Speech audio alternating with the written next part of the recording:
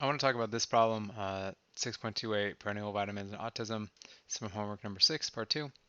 It's the first question, I think. It says, researchers studying the link between prenatal vitamins use and autism surveyed the mother of a random sample of children aged 24 to 60 months with autism and conducted another separate random sample for children with typical development. The table below shows the number of mothers in each group who did and did not use perennial vitamins during the 3 months before pregnancy.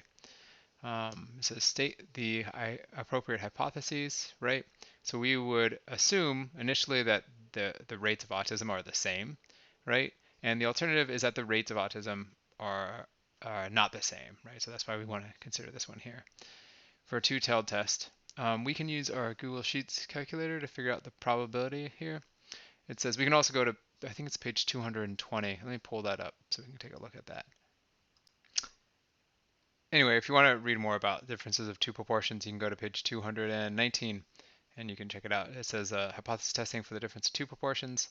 It gives us an example here, and then it does all this stuff and shows us what our p hat has to be for the pooled estimates, but it's like the number of successes and over the sample. Anyway, you should go through and read over this. And if you have questions about it, feel free to post and I can talk more about it. All right, let's get back to the computation of this problem. So Google Sheets will actually compute this test statistic for us, and it'll compute the p-value for us. We can see that it's a two-tailed test, so we're going to use that value. If we bring our Google Sheets over, we have been using the hypothesis test for one proportion here, right?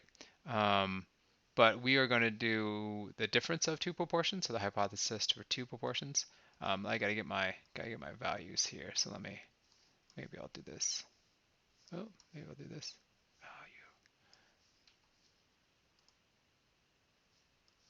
I swear I can do this. All right, there we go.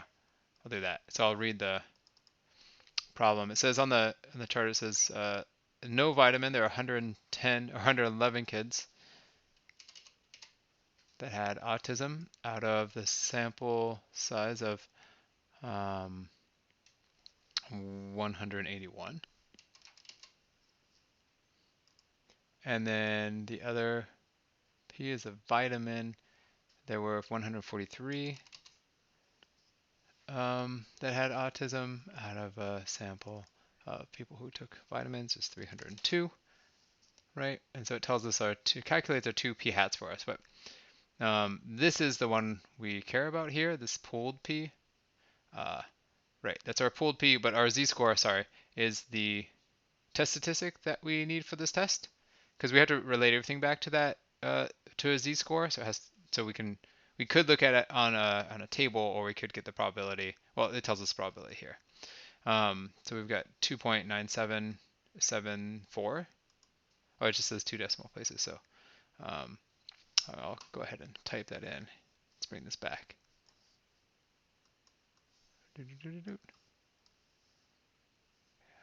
Right, let's put it right there. So what do we got? We got 2.977. Oh, we only need 2, so 2.98. And then the p-value for a two-tailed test is 0.029.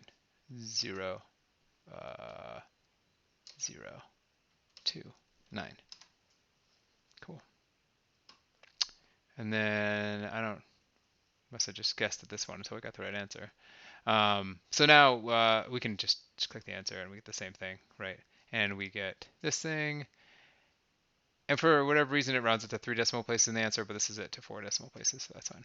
Anyway, so we can do this problem here. If you'd actually like to see the computations done out, I'm happy to do those too. But you can also see examples of them on page 219 to 221, I think it is. All right. If you have any other questions, feel free to let me know. Thanks.